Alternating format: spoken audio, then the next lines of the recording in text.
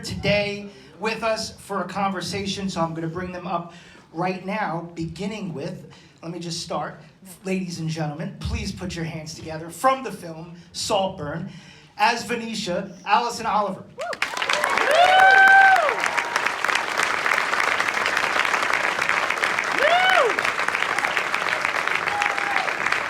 As Farley, Archie MADEKWE.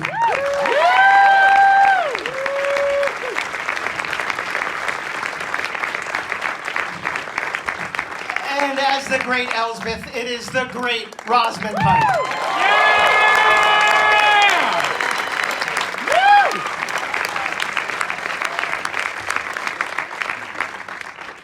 All right, first of all, before we even get on our bicycles and go for a little ride over to Saltburn, I feel like it is our duty as a room full of New Yorkers, Miss ROSAMUND PIKE, to congratulate you on your Golden Globe nomination for this role, which was announced yesterday. Please, let's show some New York love here. We put Murder on the Dance Floor back on. Brilliant performance. Thank you. I mean, let me just ask you, like, how does it feel to be recognized in that way for this role? But then also, because I saw you had a little fun on Instagram, what do you think Elspeth thinks of the Golden Globes? Does she watch them? She's probably never heard of them, to be honest. But she loves a party, so she'd definitely be up for it. And she had great times in LA back in the day, you know. Yes. You know, when you could still smoke inside and things. But it must feel good though to be recognized. No, it's wonderful. But I have, you know, said it that Elspeth doesn't exist without these guys. You know, it's not. You know, Emerald is such a collaborative filmmaker that I don't think any of our performances existed before we'd all met each other. And I think it was about what we created between us that allowed these characters to come to life. You know, and Elspeth is in response to Barry as Oliver and to Archie as Farley and Alison as Venetia and Jacob as Felix. And it's all, you know, she was a wonderful person to play, but I didn't create her in a bubble. Without a doubt. Let's back all the way up, and I always love to hear the story of how an actor comes to a role. And so if you could just tell us, you know, at what point during the audition process or the script reading process were you like, this is a role I need to play, but then also tell us about the moment you found out you were going to get to play the role. And Alison, I'll start with you, because this is your feature film debut, which I think is awesome. Congratulations on that. So I want to hear your story, because I imagine it was life-changing for you. Yeah, hugely. I auditioned in quite a traditional way. I got like a tape in, and actually the first thing I had to do was I wasn't sent the script. I was actually sent, you know, Carrie's final monologue in Promising Young Woman, which was terrifying to audition with. And then I got sent the script, and even at that point, I didn't know which character I was auditioning for. But I read it and was completely like mind blown. I thought I'd never read anything like it in my life. And it's one of those things, I think sometimes as an actor you read something and you can't even explain why, but you're just like, I have to be a part of this. And I was also a huge fan of Emerald's as well. And then I went into audition, and I think then meeting her pushed that even further, because I think because she's an actor, she creates an environment where like you're just put in the best position. She didn't ask me to know my lines for my audition. She made it more like a workshop and got me to try it in loads of different ways. And also like just completely put me at her level. Like it was like she became my friend instantly and just completely put me at ease. And then I think I did another audition after that, but I think it's that classic thing of like you go for these things and you just feel so excited that you're even being seen or getting recalled or whatever. And I don't think I heard anything for quite a while, and I think I was at my cousin's wedding and in America, and I got like 3 missed calls from a random number. And then from a random number saying, please be Venetia. And for about like 2 minutes, I was like, who's this? Like, I was really confused. And then I was like, oh God, it's Emerald. And then drank a lot. So yeah, it was amazing. Archie, what about you? Yeah, similarly, we both auditioned with blank monologues. I had 3 monologues, all in different accents, one in American, one in RP, one in a regional English accent. And it took a while before we were sent the script, went in, workshopped it with Emerald. Then I remember leaving. As I was leaving, someone else was coming in, being recalled, and he was fully dressed as Farley. He was in full costume, and I thought, oh, fuck that. I'm not getting this one, oh my God. And then I remember leaving and not hearing anything for a while, and then I almost signed on to do something else, to do a different job, and I guess Emerald found out. And then the same thing, at 4 in the morning, had all these calls from Emerald and then a text saying, I'm so sorry it's taken so long, be Farley, don't say yes to anybody else. And I was like, obviously, yes. Yeah. That's awesome. What about you, Rosamund? Well, that's really nice hearing the stories. I remember that so clearly. I remember going for my Bond audition and coming into this room dressed in a cardigan and seeing a room full of girls in tight leather and thinking, oh my God, I've completely misjudged this. I'd just come back from backpacking and I was a sort of shaggy kind of traveller. And you just, it's so intimidating, isn't it? When you see everybody else and you think, oh my God, I've completely got this wrong. No, for this I met Emerald and I just, what was it? She was just telling me how she worked and what she wanted to do with this film, and I thought we were just having a general chat, and then I realised she was sort of seriously offering me this to do, and I said, well, I might do something else, and she said, well, please don't. Please don't do anything else, please do this. And obviously it was a no-brainer, because Elspeth is a really magical ingredient in this whole. She's sort of needed, I think, in it. Sometimes quite an interesting thing to do is, if you're offered something, is to see what the film would be if that character was taken out of the film. And sometimes your character's taken out and the film is exactly the same, even when the role is quite big. But in this case, no, the film was very different without Elspeth. Without a doubt. I was reading an interview that you did, and you said playing shallow is a lot of fun. Oh, it's so liberating. My God, I've played so many earnest characters. I've done so much research in my life. I spent hours having chemistry lessons when I played Marie Curie, and I got this, and I was like, I have to do nothing. Well, I mean, in terms of preparing, though, who or what was your inspiration as you were preparing? 20 years of sort of being an adult in England, I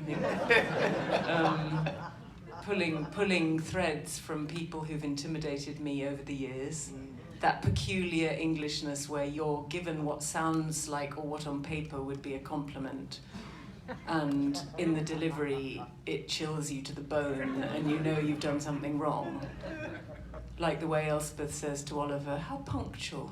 And you think, well, that's a good thing, isn't it? To be on time, but clearly it's not, but I don't know in what way it's not, okay? And that's the thing about this family, there are so many rules and, ways in which you can be overdressed, underdressed, say the right thing or the wrong thing, and it's mystifying and excluding of others, and that's what they live for, in a peculiar way, because it cements who these people are. Yeah. Making sure there's a club that very few belong to, and everybody else is an outsider who can be invited in as long as they're diverting and interesting, and they can stay until, we tire of them. Yeah. I think my favorite line is when you say, I've got goosebumps. And then poor dear Pamela's, oh no! Carrie, honestly, I can watch Carrie's "oh no" on a loop. I find it so funny, and it never stops being funny. She's also eating a tiny pot of marmalade from a baby spoon. That entire scene is so great. They asked what everybody would like for breakfast.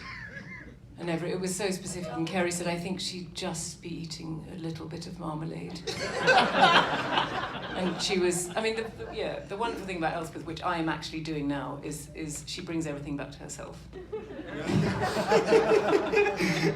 You know, that's why the Goosebumps is so funny, because it's about something else. Yeah. And she's like, oh, look at me. Yeah. God. Archie, I love the evolution of Farley in this film. I think I've heard you describe him as a panther, and I think of the bar scene early on as he's kind of perched up there in his comfort zone, overlooking the scene, but then slowly over the film, as Oliver infiltrates Saltburn, he starts to realize that this comfort wealth bubble that he's in is deteriorating, and I love the way you slowly play him figuring that out and figuring each other out. And so I'm just curious, you know, what characteristic, what trait about Farley were you most appealed to kind of dig into and to get to know? I mean, the language was the thing that really drew me in first. I think he had so many brilliant lines on the page that I was just so excited to say. But I was also, Rosamund said something really interesting yesterday about the choice to do a job, and part of that being, do I have a secret about this character that nobody else has?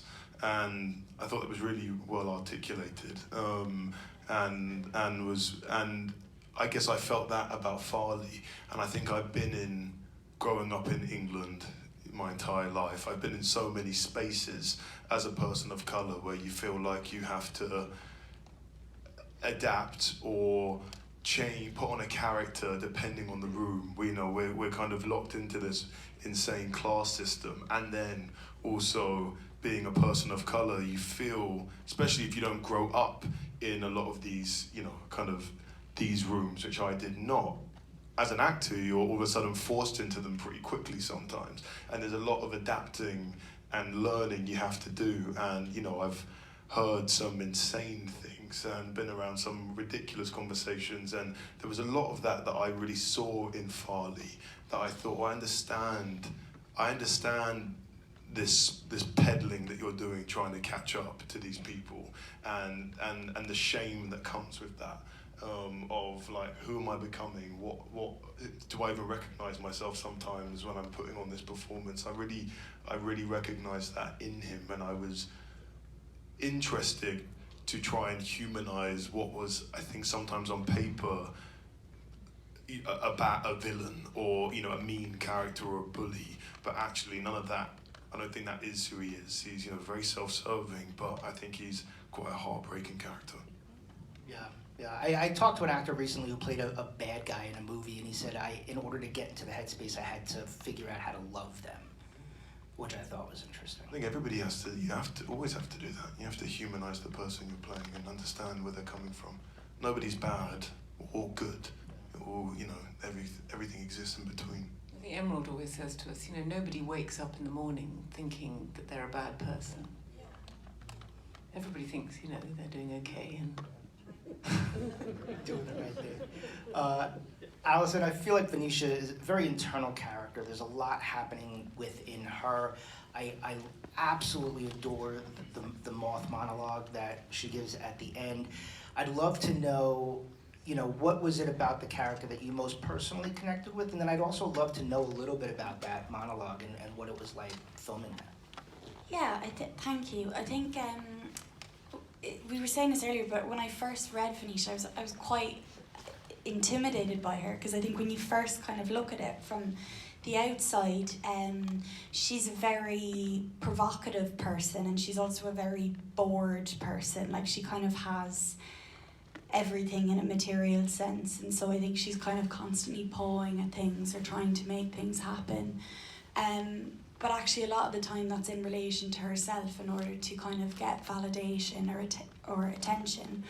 And I think I kind of always felt like she holds a lot of identity in being like Felix Catton's sister, and how that kind of keeps her relevant, because I think in comparison to her, he will always shine brighter, and so she has to find ways to kind of win people over in a different way. And I think she uses her kind of, I guess, sexuality or image, or, you know, control over things like image or food or whatever, in order to try and, yeah, be desirable or interesting and seen. Yeah. And so it's one of those things that once you kind of peel back the layers, actually you're kind of left with a very insecure, emotionally lonely person, actually, who kind of only comes alive in the company of other people, really. And I think with that scene, that was actually my audition scene, and so Really? Wow. I spent a lot of time with that piece of writing, which I feel like is one of the best pieces of writing I've ever read. And so I kind of also felt like with that, I kind of just wanted to lean into, kind of like what you were saying, lean into the language of it and almost like not get in the way of it. Like I think the words do so much because it's kind of falling in line with what the audience are realising of what this person's motivations are. And, you know, we see in the scene just before, like Elspeth says, you know, you're not going to leave Saltburn, you must stay with us. And I think she's realising actually, yeah, you're not going to leave, you're going to get as much out of us as you possibly can, because you will eat us alive, because that's what this is. You're consuming, and it will never be enough, because I think it's a class thing as well. It's like if you haven't, I guess, grown up in that world, you will never fully be a part of it in a way. And I think through her kind of, as you say, internal or observational kind of qualities, I think she really hits the nail on the head of who he really is and what's happening here. But I mean, it was, yeah, like such a gift to do that scene, and having, you know, Barry Keoghan opposite you kind of feels like anything's possible. So, yeah, it was so cool. But I think what you just said was so poignant. I think that's a real theme of the whole film, of like desire never fully being fulfilled for all of them, for Oliver, for all of us. Yeah. That's kind of a big thing what it's about. Yeah, I think Emerald looks at sexuality and sex as being something that's, you know, complicated and underpins most of human reaction, whether you fear it, want it, can't get it, you know, you're angry about it. You know, it's just there. And then, yeah, she wants, you know, obsession is a combination of love and loathing. And I think, I always feel that she's almost holding up the mirror. She's using this slightly historical time frame of 2006-07 to sort of examine our current obsessions with social media and what we can't have, and the sort of looking into people's lives that we can't get, but we want, and then we despise for taking up our time as we look, and envy, and this, you know, which is a very destructive cycle. And I often think about the film and think that's what she's doing, because the English sort of upper class world is something no one can get if you're not born into it. You could buy a house, you could buy one of the houses from an impoverished aristocrat if you had enough money, but you'd never get what they had. You'd never get the entitlement and the belonging and the standing and the kind of social cues and rules that only people in that environment seem to know. It seems kind of impossible to get it right if you're not kind of reared in that environment. And I think Emerald also wrote this during COVID, right? Yeah. So, you know, a time where you can't touch and be that intimate. This is such an intimate film in that way. The need and desire to, you know, be so close, almost be under the skin of someone. Yeah, she says it's a film about what happens to you when you don't get to touch the things you want to touch. Yeah. And that's what she was thinking about during COVID. It's amazing. You know, we do need to wrap up soon, but I would love to ask you this question. And we talk a lot about preparing to make the thing and then making the thing. But after the thing, I don't think we talk enough about what we're proud of. And so I'd just be curious to hear from each of you. What are you most proud of after this experience? Rosamund, I'll start with you. I'm proud of the fact that people are talking about it. Ever since I made Gone Girl, I wanted to make another film that adults wanted to go and see in the movie theatre. Because there was an amazing realization on that first weekend that Gone Girl came out that people were going to the cinema in droves because they wanted to be part of a conversation, and it was so exhilarating. And I haven't ever had it in the same way, and this has kind of